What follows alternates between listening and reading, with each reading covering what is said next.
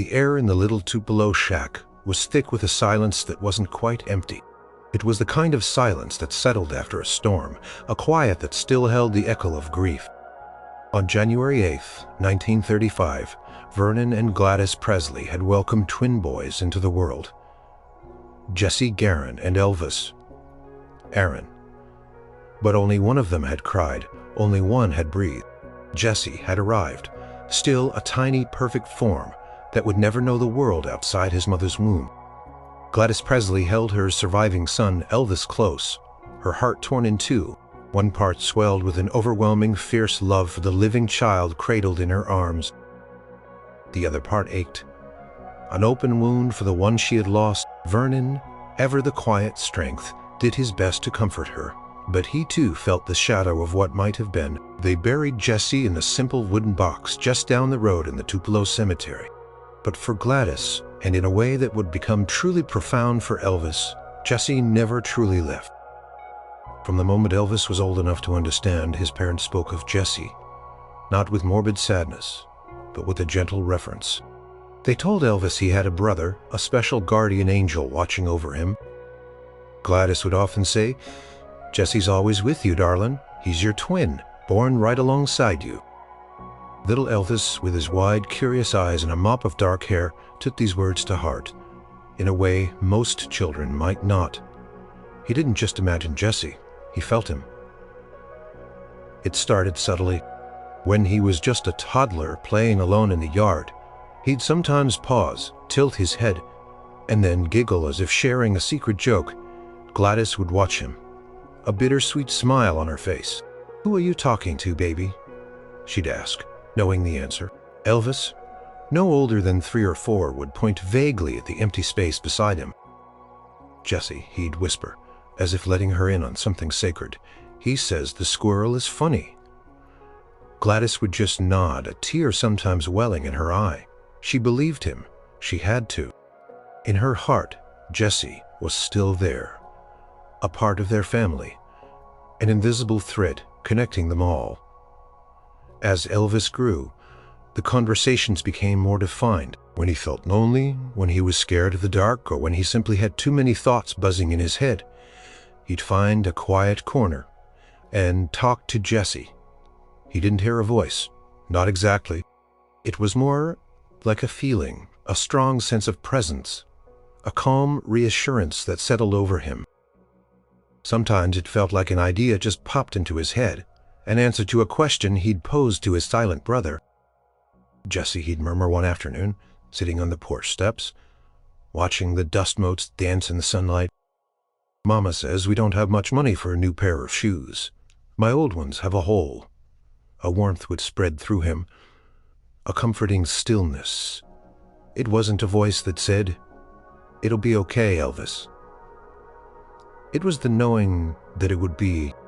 Later that week, Vernon would come home with a surprising extra dollar from a job, just enough for some cheap but sturdy shoes. Elvis never questioned how these things happened. His bond with Jesse was his most private treasure. He didn't talk about it much outside his family, sensing that other kids might not understand. When his cousins visited, they'd play games, but Elvis always had one eye, one ear on his invisible companion. He'd often seem a little distant, lost in his own thoughts, which were often just quiet conversations with Jesse.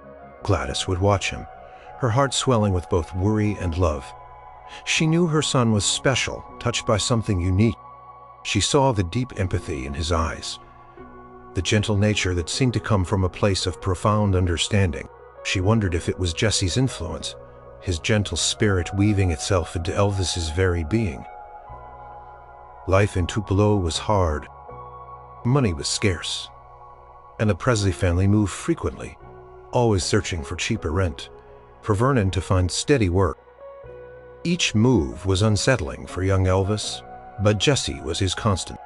No matter where they laid their heads, Jesse was there, a familiar presence in unfamiliar rooms. One evening, after another long, hungry day, Elvis lay in bed, the springs creaking beneath him. His stomach growled, and he heard his parents talking in hushed tones about their worries. A tear slipped down his cheek.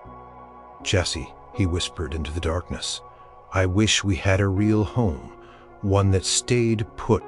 He felt a familiar warmth, a gentle pressure, as if a hand had been placed on his shoulder. And then an unexpected image flashed in his mind. A stage, bright lights, and the sound of music. It was fleeting, but it left him with a feeling of hope, a sense that things wouldn't always be this way. That there was something bigger, something wonderful waiting for him, and Jesse would be there every step of the way. As he drifted off to sleep, a small hopeful smile touched his lips. He knew with the certainty of a child who believes in miracles that Jesse was not just a memory, but a living, breathing part of him, guiding him, protecting him always. And as the years went on, that certainty would only deepen, becoming the bedrock of his extraordinary life. Tupelo, Mississippi was a small town, but for Elvis, it was a world shaped by the whispers of his twin. As he moved through his childhood, Jesse remained his most trusted confidant. School was a challenge for shy, sensitive Elvis. He often felt like an outsider, a bit clumsy and socially awkward. While other boys played rough, Elvis preferred to wander alone, humming tunes he heard in church or on the radio. It was in these quiet moments that Jesse's presence felt strongest. "They're always picking on me," Jesse, Elvis confided one recess, leaning against a tree watching a game of tag. "My clothes are old and I don't run as fast as them." He felt a familiar calm wash over him, like a quiet nod of understanding. He imagined Jesse telling him, "It's okay, Elvis. You're different, and that's a good thing. You have something special in music." It started in the East Tupelo First Assembly of God Church. Gladys, a devout woman, made sure Elvis was there every Sunday. From the moment the gospel choir started to sing, Elvis was captivated. The harmonies, the powerful voices, the raw emotion, it stirred something deep within him. He found himself tapping his foot, swaying to the rhythm, and most importantly, singing along. "Jesse," he'd whisper in the pew, his eyes closed. "Can you hear that? It makes my skin tingle." He imagined Jesse listening beside him, his spirit joining in the celestial music. It was here in the church that Elvis first truly found his voice. He wasn't the shy boy anymore when he sang. Different energy took over, a power that surprised even him. His first public performance was at a talent show at the Mississippi, Alabama Fair and Dairy Show. When he was 10, he was terrified. His knees knocked together and his hands trembled as he stood on a chair to reach the microphone.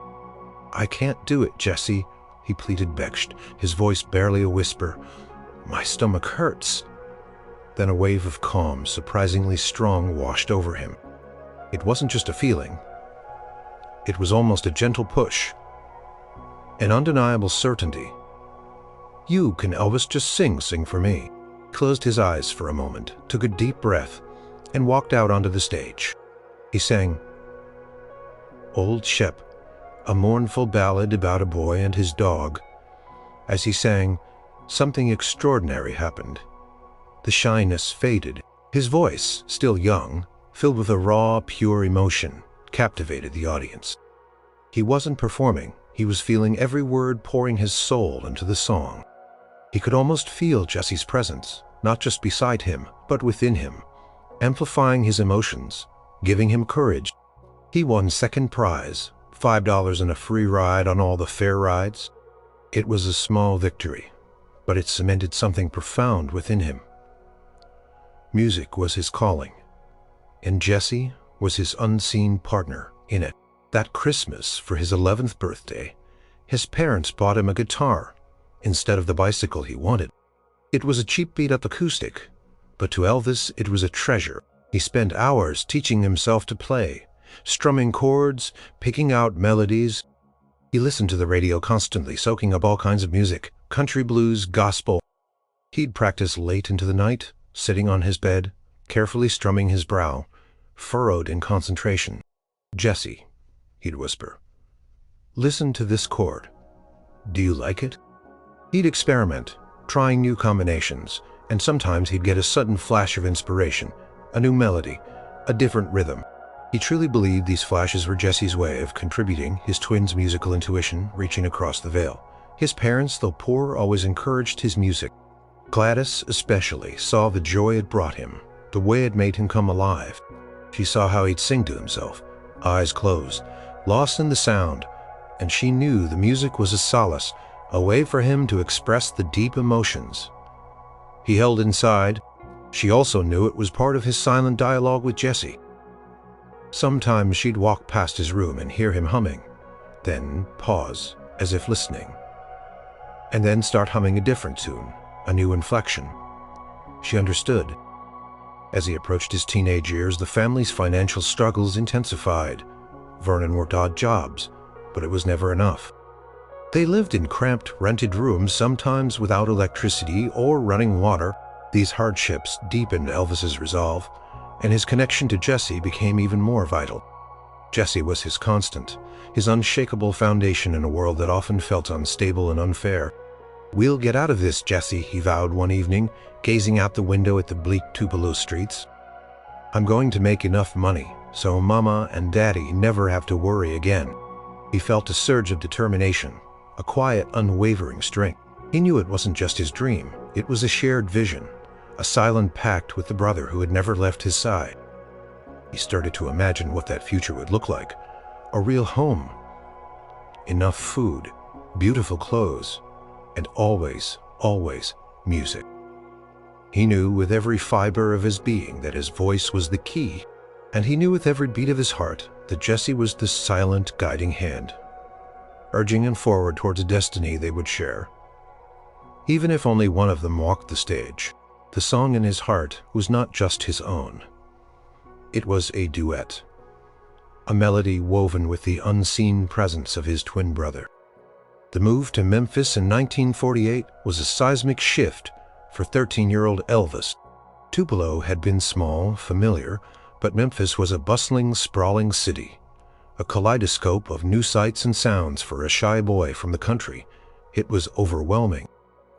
The family moved into Lauderdale Courts, a public housing project, a stark reminder of their continued poverty. "So big, Jesse," Elvis whispered one evening, looking out their apartment window at the dizzying array of lights and buildings. "So many people, I don't know anyone." The city felt loud and imposing, a far cry from the quiet dirt roads of Tupelo. He felt the familiar calming presence, a gentle sense of reassurance that always seemed to ground him. It was a quiet affirmation. "We're together, Elvis. We'll figure this out." School at Hume's High was tough. Elvis was still awkward, his clothes unfashionable, his hair long and greasy from using too much petroleum jelly to slick it back, trying to emulate movie stars. He was often teased for his country accent and his shyness. He'd find solace in the music room strumming his guitar, or in quiet corners of the schoolyard talking to Jesse. "They laugh at me," he confessed, leaning against a locker, a lump in his throat. "I just want to fit in." The silence that followed wasn't empty, it was filled with understanding. He felt a quiet push, an urging sensation that wasn't about fitting in, but about being himself. "Don't change for them, Elvis. You're good enough just as you are." This unseen encouragement helped him navigate the turbulent waters of adolescence. He started to express himself more through his appearance, letting his hair grow longer, styling it in a more rebellious way, discovering clothes that were loud and colorful, even if they were still cheap. He found a community in music. He'd walk down Beale Street, drawn by the raw, pulsating sounds of the blues, jazz, and gospel spilling from juke joints and churches. He spent hours in record stores listening to all kinds of music, soaking it all in like a sponge. He was still shy, but when he picked up his guitar, something transformed. He'd play for his family, sometimes for a few friends, and he noticed how people stopped and listened. He wasn't just singing, he was performing. His body would start to move almost instinctively, a nervous energy transforming into something electric. "Jesse," he'd muse after trying out a new move in front of the mirror, "my legs just started doing that. Is it silly?" He felt a silent approval, a sense of shared excitement. "No, Elvis, it's you. Let it happen." She saw the longing in his eyes, the deep desire to make something of himself, to lift them out of poverty. She knew his dreams were intertwined with his brother's spirit. "You got a gift, son," she'd tell him, stroking his hair. "God gave you that voice, and Jesse's watching over you every step of the way." The idea of making a record began to take root. He knew it was a long shot, a wild dream for a kid like him. But the more he thought about it, the more he felt that familiar urging from Jesse. It wasn't a sudden loud command, but a persistent gentle nudge, like a current pulling him towards destination. He remembered a place called Sun Records, a small studio run by a man named Sam Phillips. Sam had a reputation for recording blues musicians. One day, Elvis gathered his courage. He walked past the studio several times, his heart pounding, his shyness almost overwhelming him. "This is crazy, Jesse," he muttered to himself, clutching his guitar case. "What am I even going to say?" He felt a sudden, distinct feeling of warmth, a surge of pure determination that wasn't entirely his own.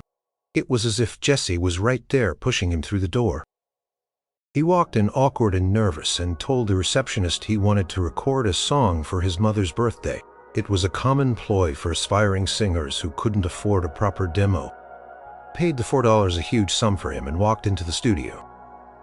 He sang 2 ballads, "My Happiness" and "That's When Your Heartaches Begin." His voice was raw, unpolished, but even then it held a certain magnetic quality. Sam Phillips wasn't there, but his assistant, Marion Keisker, was. She noticed something special about the boy, a unique quality in his voice, a blend of different influences. She made a note, "Good ballad singer, whole." Elvis left the studio feeling a mix of exhilaration and disappointment. He hadn't heard anything back for a while. He tried again. A few months later, hoping to catch Sam. Still nothing. The feeling of discouragement was immense. "Maybe it's not meant to be, Jesse," he confessed one night lying in bed staring at the ceiling.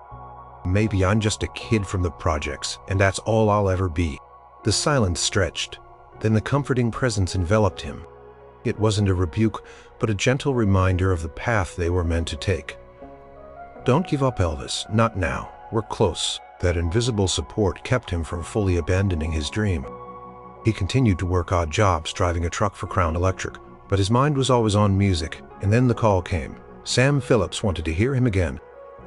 This time he specifically asked Elvis to try something different, to bring his guitar, to try a blues song. This was it. The moment Jesse had been preparing him for pushing him towards, Elvis felt a thrilling mix of terror and excitement. He knew with absolute certainty that this wasn't just his chance. It was their chance. And Jesse would be right there, silent but strong. As Elvis stepped into the future, the sound of music echoing in his soul. The day Elvis walked back into Sun Records in July 1954, the air crackled with a nervous energy that was both his, and he instinctively felt Jesse's. Sam Phillips was there this time, a shrewd, visionary man always on the lookout for a fresh sound. Elvis brought his guitar, feeling its familiar weight like an extension of himself. "What can you do?" Sam asked, his gaze sharp and direct. Elvis, ever shy, launched into a ballad, trying to impress. Sam was polite but unimpressed. "That's fine, son," he said, "but if I could find a white boy who had the Negro sound and the Negro feel, I could make $1 billion. Elvis felt a flicker of uncertainty, a moment of confusion. He loved gospel and blues, but he'd mostly sung country and pop ballads. He looked down at his guitar, then closed his eyes for a split second, seeking that familiar internal compass. And then it was there. A sudden, clear impulse, a strong feeling that wasn't his own idea, but a suggestion from Jesse. "Don't just sing it, Elvis, feel it, let go." He started playing Arthur Crudup's "That's All Right, Mama." At first, it was tentative, but then something clicked. He wasn't just singing the words, he was embodying the rhythm, the raw energy of the blues. Scotty Moore joined in on guitar, Bill Black on bass, and suddenly magic happened. The tempo picked up, the beat became infectious, and Elvis, forgetting himself, started to sway, to move, to pour every ounce of his being into the song.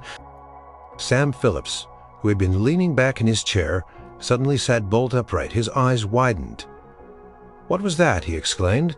"Keep doing that." Elvis felt an exhilarated rush, a feeling he hadn't experienced before. It was like finally unlocking a door he hadn't known was there. He knew with absolute certainty that Jesse was there, vibrating with the same excitement, urging him on. He was letting go, allowing the music to move through him uninhibited.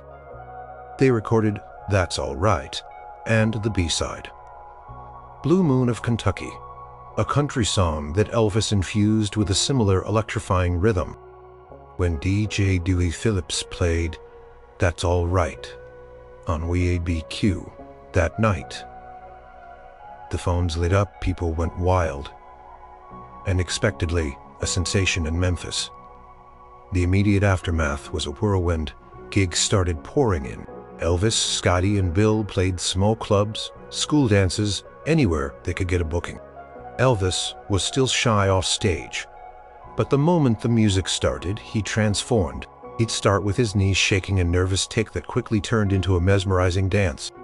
His hips would sway, his legs would twitch, his voice would soar, dip, and growl. "Jesse," he'd gasp, badged, drenched in sweat. After a performance, "I don't know where that comes from. My legs just move on their own." He felt a surge of shared joy and almost giddy energy from his unseen brother. "That's the music, Elvis, that's you, let it take you." His unique style, a blend of country blues and gospel, combined with his raw charisma and stunning good looks, was irresistible. Girls screamed, boys watched in awe, and adults were either scandalized or mesmerized. He was unlike anything anyone had ever seen. Through it all, Jesse remained his anchor. The sudden fame, the constant touring, the adoration, it was thrilling but also overwhelming.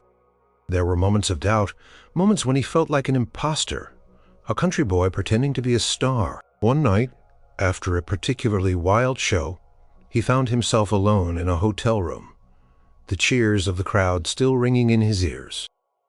He sat on the edge of the bed, feeling a profound sense of isolation despite the thousands of fans who adored him. "It's too much, Jesse," he whispered, his voice cracking. "What if I can't keep this up? What if I'm not good enough?" The familiar calm washed over him, deeper and more profound than ever before. He felt a quiet strength, a reminder of his roots, of the shared dream. It wasn't about being good enough for the world. It was about being true to himself, to the music, and to the quiet promise he'd made to his family and to Jesse. "You are enough, Elvis, more than enough. Just remember why you started." He remembered the early days in Tupelo, the cold nights, the hunger, the vow to lift his family out of poverty. He remembered Jesse's silent encouragement in the church guiding his voice. This wasn't just for him. It was for them. His mother, Gladys, sometimes joined him on the road.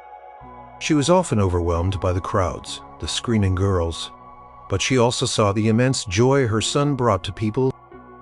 She watched him on stage, knowing that a part of Jesse was always there with him, fueling his passion. She'd see him pause sometimes, fixed, a faraway look in his eyes, and she knew he was talking to his brother, sharing the triumph, seeking guidance. Elvis's manager at the time, Bob Neal, and later Colonel Tom Parker, saw a star, a phenomenon. They had no idea about the quiet internal world. Elvis inhabited the conversations he had with an invisible twin brother. They saw his talent, his magnetism, but they didn't see the spiritual foundation, the constant source of strength that had been with him since birth.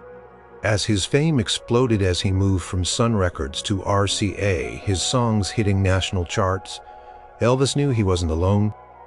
Every note he sang, every move he made, every tear he shed was shared. The spark that had ignited at Sun Records wasn't just his. It was the combined light of two souls, one visible, one forever present, illuminating the path forward. And the world was about to witness the brilliance of it all. The explosion of Elvis's fame was like a supernova. Overnight, it seemed, the shy boy from Tupelo was transformed into a national sensation, then an international icon. His RCA contract in 1955, the TV appearances on shows like The Dorsey Brothers Stage Show and The Ed Sullivan Show, the screaming fans. It was a dizzying ascent. He was suddenly Elvis the Pelvis, the controversial, electrifying performer who changed music forever. His life became a whirlwind of tours, recording sessions, and public appearances. The crowds were immense, the adoration almost religious. For a boy who had grown up with nothing, it was intoxicating. Yet beneath the surface, the constant connection to Jesse remained his most profound and private reality. "Jesse," he'd whisper, surrounded by the opulent furnishings of a fancy hotel suite, a stark contrast to the humble homes he'd known. "Is this real? Can you believe it?" He felt a sense of shared wonder, almost disbelief, but also a quiet reminder to stay grounded. "Remember where you came from, Elvis. Remember Mama and Daddy. This is for them." The fame brought immense pressure.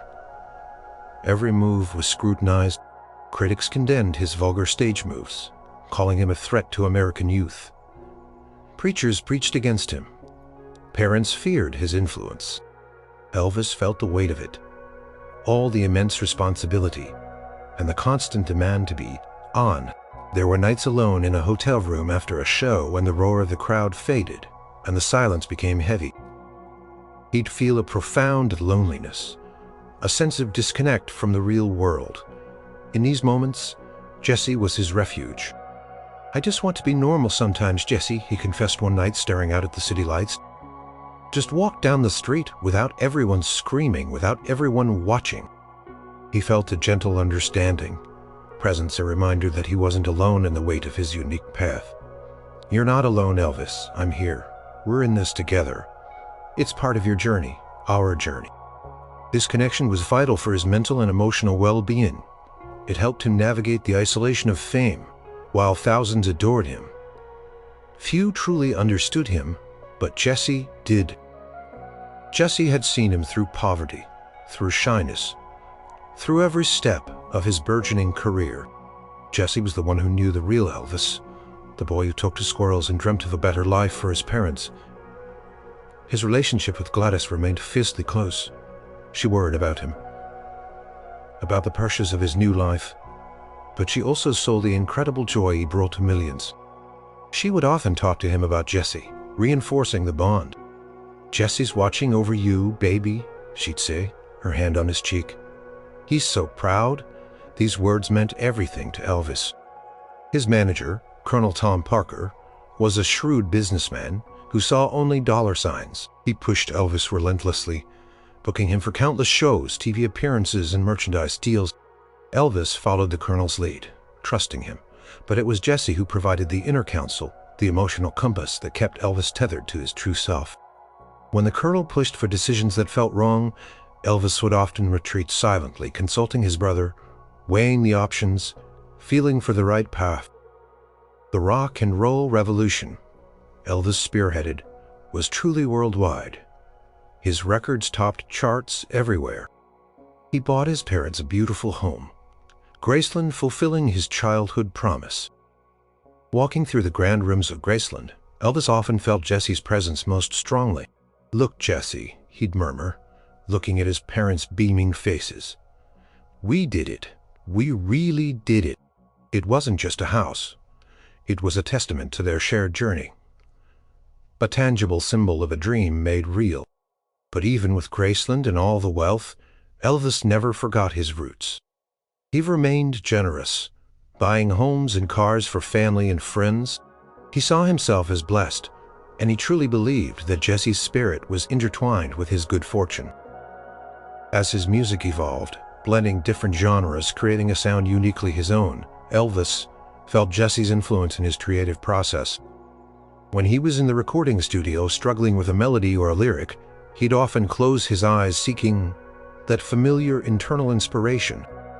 And more often than not, a solution would present itself, a new rhythm, a different vocal inflection, as if Jesse was humming along, offering a silent suggestion. The King of Rock and Roll was crowned, a title that suited his powerful stage presence and his unprecedented impact on popular culture. But the king himself carried a profound secret, a silent co-pilot on his incredible journey. He was a twin, and while one brother shone brightly under the world's spotlight, the other lived quietly within his heart, an unwavering source of love, strength, and guidance. This unseen bond was the true enduring power behind the phenomenon that was Elvis Presley. The late 1950s brought new chapters for Elvis. Hollywood movies and military service, the transition from explosive live performer to movie star was a strategic move by Colonel Parker. But for Elvis, it was a whole new world of challenges and adjustments. "They want me to act, Jesse," he'd muse, holding a script in his hands, often feeling a pang of nervousness. "It's different from singing. I have to pretend to be someone else." He felt Jesse's usual calming presence, a gentle encouragement to embrace the new experience. "Try it, Elvis. It's another way to reach people, another stage." He filmed movies like Love Me Tender, Jailhouse Rock, and King Creole, each a stepping stone in his new career path. While some of the roles were cheesy, Elvis approached them with professionalism and a deep desire to do well. He learned lines, hit his marks, and worked hard, always seeking that connection with the camera, that way, to express himself, even within the confines of his script. He'd often find a quiet corner on set away from the bustling crew, just to collect his thoughts and check in with Jesse, seeking a moment of peace and grounding. In 1958, a significant turning point arrived. Elvis was drafted into the U.S. Army. The news sent shockwaves through the world, but Elvis accepted it with a quiet dignity. For him it was a duty, a way to serve his country, and a chance perhaps to step away from the relentless demands of stardom, even if just for a while. "It's going to be so different, Jesse," he confided to his twin standing in his barracks in Fort Hood, Texas, surrounded by strangers. The uniforms, the strict schedules, the loss of privacy. It was a stark contrast to the glamour he had become accustomed to. He felt a deep longing for his family, for Gladys, who was increasingly unwell. Jesse's presence felt particularly strong then, a comfort in the unfamiliarity. "You'll be strong, Elvis. You always are. We'll get through this together." His basic training was tough, but Elvis endured it without complaint. He was treated like any other soldier, which he appreciated. He formed friendships, finding camaraderie with his fellow recruits. He missed home, missed his music, but he found a new kind of strength in the discipline and routine of Army life. The greatest sorrow during his service came when Gladys fell ill and passed away in August 1958. Her death devastated Elvis. She had been his anchor, his greatest supporter, the one who truly understood his connection to Jesse. Her passing left a gaping hole in his heart, a pain that would never fully heal. "She's gone, Jesse," he sobbed, alone in his room at Graceland, granted emergency leave to attend her funeral. "Mom is gone." The grief was overwhelming, a tidal wave that threatened to drown him. But even in his darkest moment, Jesse was there, not as a replacement for Gladys, but as a shared sorrow, a silent witness to his pain. He felt a profound sense of shared loss, as if Jesse too mourned their mother deeply. "She's with you, Elvis, always. And so am I." This shared grief only deepened their bond. Jesse became even more of a confidant, a spiritual touchstone in a world that suddenly felt colder. Elvis channeled his grief into his music, into his focus on serving his country. He was sent to Germany, where he served in the 3rd Armored Division. Life in Germany was different, but he continued to embrace it. He met new people, saw new places, and found a quieter rhythm to life. He still practiced his guitar, though less frequently, and he often found himself talking to Jesse under the quiet German stars. "It's beautiful here, Jesse," he'd muse, looking out at the snowy landscapes. "But I miss home. I miss our music." He felt a patient assurance, a knowing that this phase too would pass, and that his music, their music, would return. It was during his time in Germany that he met Priscilla Boley, a young girl who would later become his wife. He was drawn to her innocence, her quiet nature. When he spoke to her, he found himself almost without realizing it, sharing snippets of his deep reflective thoughts often inspired by his conversations with Jessie. He'd talk about destiny, about finding meaning in life, about the quiet power of connection. He didn't speak directly of Jessie, but the profound influence of his twin was evident in his soulful gaze and introspective nature. Upon his return from the army in 1960, Elvis was still the biggest star in the world, but he was also a changed man. The army had matured him, given him perspective. He returned to Hollywood, making more movies, often light-hearted musicals that sold records but didn't stretch him artistically.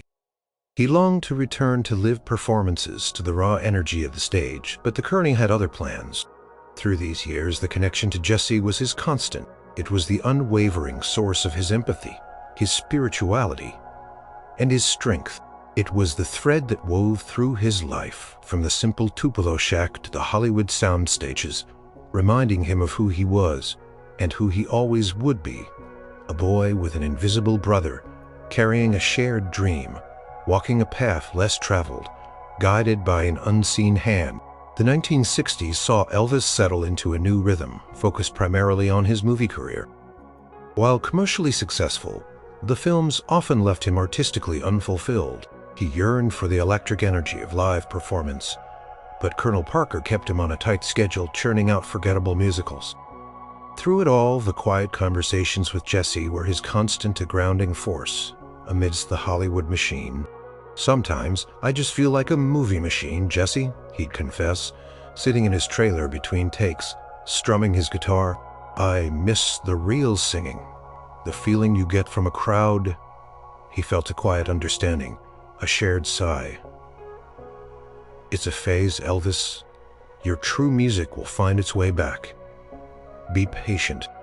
In 1967, Elvis married Priscilla Bolle, the young woman he had met in Germany. Their wedding was a quiet, intimate affair, a stark contrast to his public image.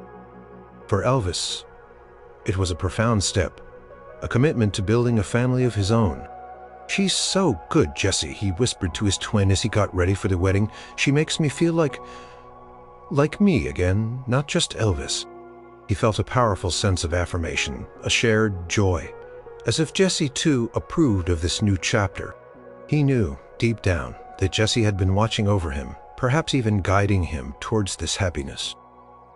The greatest joy of his life arrived 9 months later, on February 1st, 1968, with the birth of his daughter, Lisa Marie.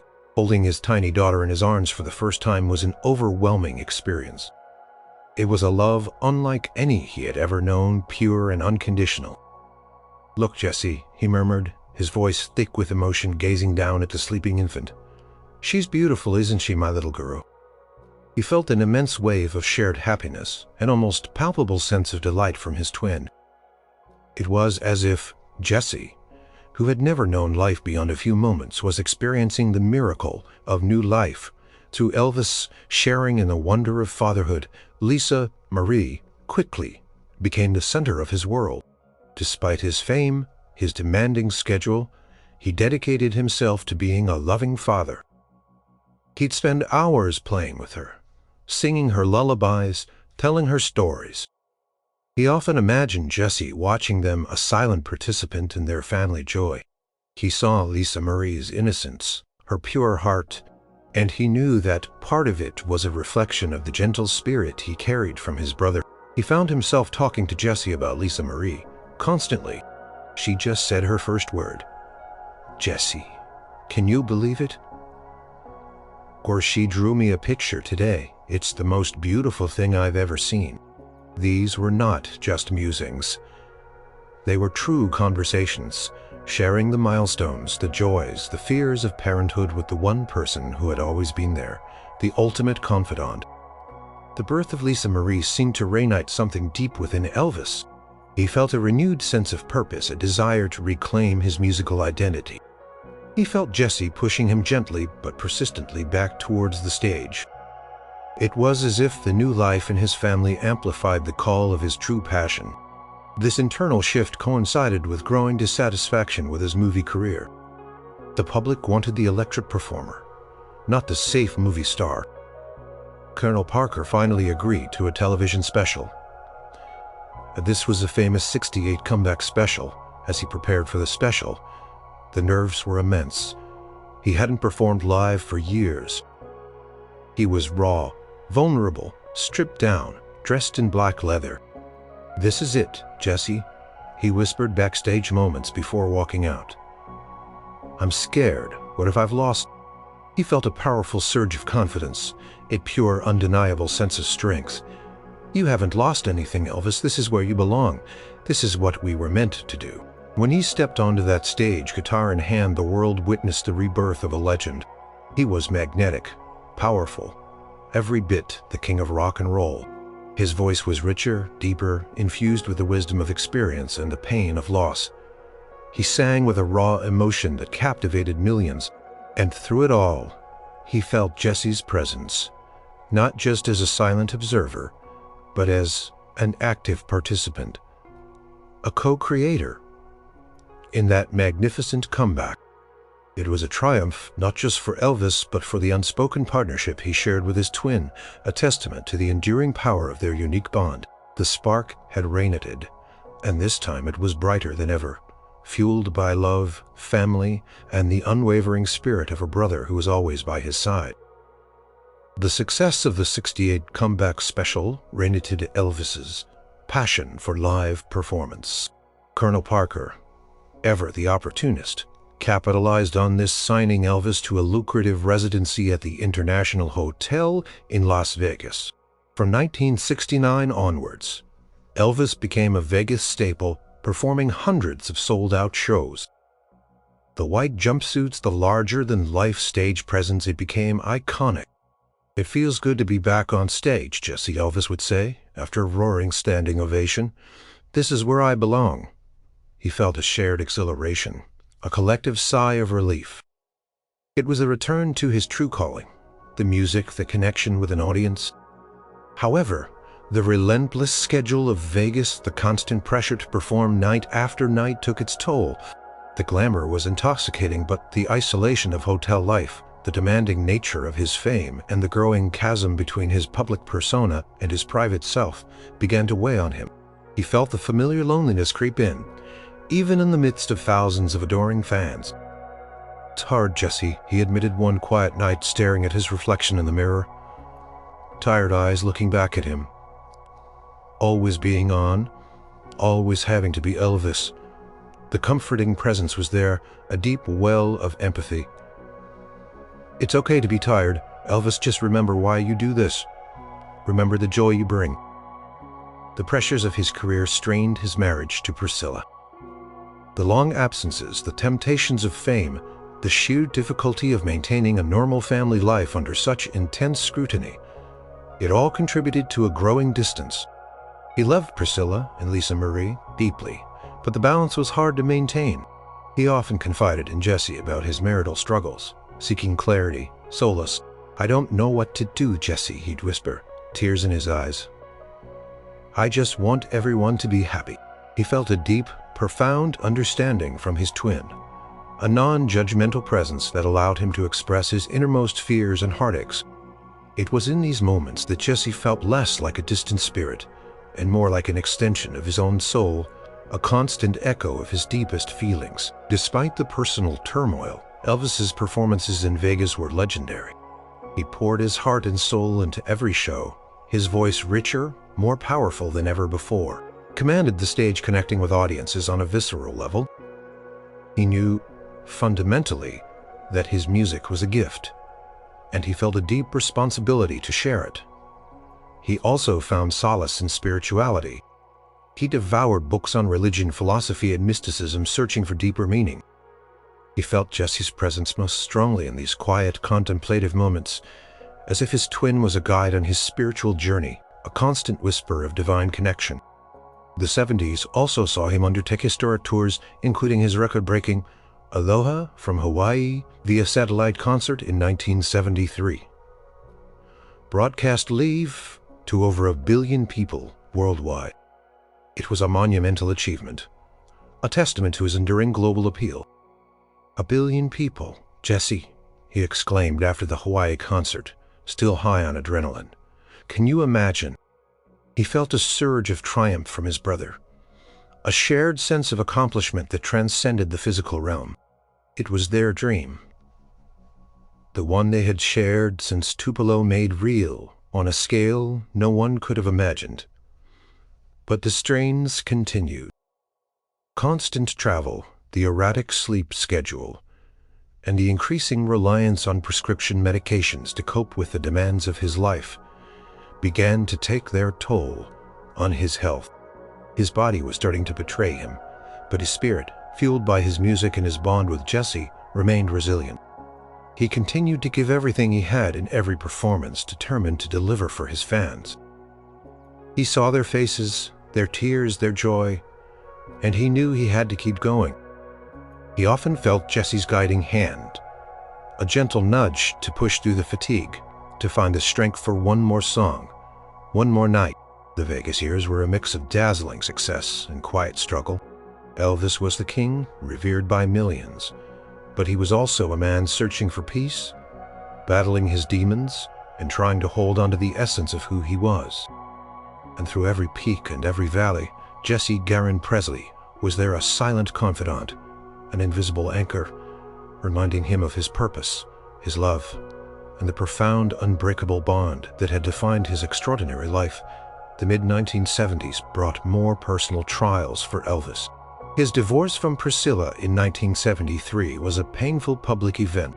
He was heartbroken, but he accepted it with a quiet grace, recognizing that sometimes love simply wasn't enough to overcome the unique pressures of their lives. Lisa Marie remained his shining light, his reason for everything. "It hurts, Jesse," he confided after the divorce was final, his voice raw with emotion. He was at Graceland, feeling the quiet emptiness of the vast mansion. "It feels like a part of me is gone." He felt Jesse's steady, comforting presence, a silent commiseration. It was a shared grief, a profound understanding that transcended words. "You're not alone, Elvis. You still have so much love, and you have me." The divorce, coupled with his demanding performance, schedule, and long-standing health issues, led to increased reliance on various medications. His health began to visibly decline. He struggled with weight fluctuations, fatigue, and other ailments, all while continuing to perform grueling tours. Despite the physical and emotional toll, Elvis never stopped giving his all on stage. He still had moments of breathtaking brilliance, his voice soaring, captivating audiences. He felt a deep connection to his fans, seeing them as an extension of his family, and he refused to disappoint them. "They're counting on me, Jesse," he'd tell his twins sometimes just before walking onto a stage, even when he was clearly unwell. "I have to give them everything." He felt a surge of strength, a feeling that Jesse was lending him his last reserves of energy, willing him to succeed. His relationship with Lisa Marie remained incredibly strong. She was his joy, his solace. He often talked to Jesse about her, sharing anecdotes, worries, and dreams for her future. He wanted to give her the stable, happy life he hadn't fully had himself. He knew Jesse would have adored her, and he often imagined his twins' silent approval as he watched Lisa Marie grow. He found continued comfort in his spiritual quest. He read more, meditated, and spent hours in quiet contemplation. He yearned for peace, for understanding. In these moments, his conversations with Jesse deepened. It wasn't just about sharing daily events. It was about grappling with existential questions, seeking wisdom, and finding solace in the unseen. He felt Jesse as a pure spiritual force, an unblemished part of his soul that remained untouched by the chaos of his public life. His final years were a bittersweet blend of triumph and struggle. He was still breaking attendance records, his concerts selling out across the country. His fans loved him fiercely, unwaveringly. They didn't care about the weight, the occasional slurred words. They loved him for his heart, his voice, his enduring spirit. One particular concert, in June 1977, in Rapid City, South Dakota, stands out. Elvis, despite his health struggles, performed with a raw power and emotion that deeply moved the audience. He sang unchained melody, accompanying himself on the piano, his voice full of a poignant longing that seemed to come from the depths of his soul. As he sang, he closed his eyes for a moment, and in that instant he wasn't just singing to the crowd. He was singing directly to Jessie. It was a song of enduring connection, of a bond that time and death could not break. He felt Jessie's presence so intensely then, a feeling of pure love and acceptance that it brought tears to his eyes, tears that he quickly brushed away, pouring the emotion into the final notes. He knew his body was failing, but his spirit remained indomitable, fueled by a love for his daughter, his music, and the lifelong presence of his twin brother. He often spoke of a desire to rest, to find peace, but he also felt an unwavering commitment to his music, a deep, almost primal need to sing. Jessie was his last greatest secret, a relationship that very few in his inner circle truly understood. For Elvis, Jessie wasn't a ghost or a memory. He was a living, breathing part of him, intertwined with his very identity. He was the root of his profound empathy, his deep spirituality, his shy nature, and his boundless generosity. As the summer of 1977 wore on, Elvis felt a growing weariness, a sense of having given everything he had. But even in this exhaustion, there was a quiet acceptance, a feeling that Jessie was preparing him gently for whatever lay ahead. The bond they shared was unbreakable, a testament to a love that transcended life and death, an enduring flame that had illuminated his extraordinary journey from a tiny shack in Tupelo to the pinnacle of global fame. The morning of August 16, 1977, dawned like any other day at Graceland. Elvis was at home preparing for another tour, another series of concerts. He had lived an extraordinary life, filled with unparalleled highs and profound lows, adoration and loneliness, triumph and struggle. And through every single moment of it, Garon Presley had been there. In his final moments, when he found himself alone in his bathroom, a profound weariness washed over him. The battle with his body, with the relentless demands of his fame, was finally coming to an end. In that moment, as his strength faded, he wasn't alone. He felt a profound sense of peace envelop him, a quiet, loving presence that had been with him since the very beginning. "Jessie," he whispered, or perhaps only thought, a feeling of deep acceptance settling in his heart. It wasn't a farewell, but a reunion. The separation, the decades of one walking in the visible world and the other in the unseen, was coming to a close. He felt Jessie's presence more powerfully than ever before, a comforting embrace that wasn't physical but utterly real. It was the feeling of coming home, of finally being complete. The pain, the fatigue, the burdens of the world, they all began to lift, replaced by an overwhelming sense of love and belonging. He wasn't dying alone. He was stepping into an embrace. For 42 years, Elvis had carried his twin brother, not as a burden but as a blessing. Jessie was the unseen hand that guided his creative spirit, the quiet voice that soothed his anxieties, the unwavering presence that anchored him amidst the chaos of superstardom. He had been Elvis's confidant, his spiritual guide, his silent partner in every triumph and every heartache. Jessie had witnessed his earliest struggles in Tupelo, pushing him to sing at the fair. Jessie had been there in the cramped apartment in Memphis, urging him to walk into Sun Records. Jessie had shared the exhilaration of his first hit record, the overwhelming joy of the crowds. He had been beside him through the glitz of Hollywood, the discipline of the army, the grief of losing Gladys.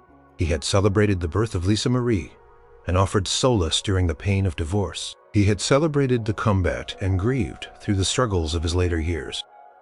Jessie was the eternal witness, the silent mirror of Elvis' soul. It was this profound, lifelong connection to his deceased twin that shaped Elvis into the man he was, fiercely empathetic, deeply spiritual, incredibly generous, and surprisingly humble, despite his monumental fame. His sensitivity, his melancholic depth, his unique ability to connect with people on such a visceral level Much of it stemmed from this quiet, internal world. He shared with Jesse, he lived his life not just for himself, but for the brother who didn't get to live his own. The world mourned the loss of Elvis Presley, the king of rock and roll. Millions grieved the voice, the talent, the icon. But few truly understood the deeper loss, the ending of a sacred, lifelong conversation. Yet for those who knew him best, for Gladys and Vernon, for Priscilla and Lisa Marie, who understood the whispers and the silent nods, they knew that Elvis was never truly alone. He had walked through life with an invisible companion, a twin brother whose spirit was woven into the very fabric of his being. Even after his passing, the connection endured. Lisa Marie would grow up feeling a special presence, a sense of her father's unique spiritual world. The story of Garon Presley, the twin who lived only moments, but whose spirit influenced a lifetime, would become a quiet, tender part of the Presley family lore. Elvis's legacy wasn't just his music, his movies, or his revolutionary impact on culture. It was also the story of a boy who never let go of his first love, his first friend, his first and most enduring connection. It was a story of an unbreakable bond, a testament to the power of love that transcends even death. And somewhere beyond the veil, in a place of eternal peace, the two brothers were finally truly reunited. Not as one visible, one invisible, but as two whole souls together. At last the duet finally complete, the song of their shared life, a heartwarming melody of love, courage, and an unbreakable bond, would echo through eternity. A testament to the quiet, powerful truth that Elvis Presley the King was always truly two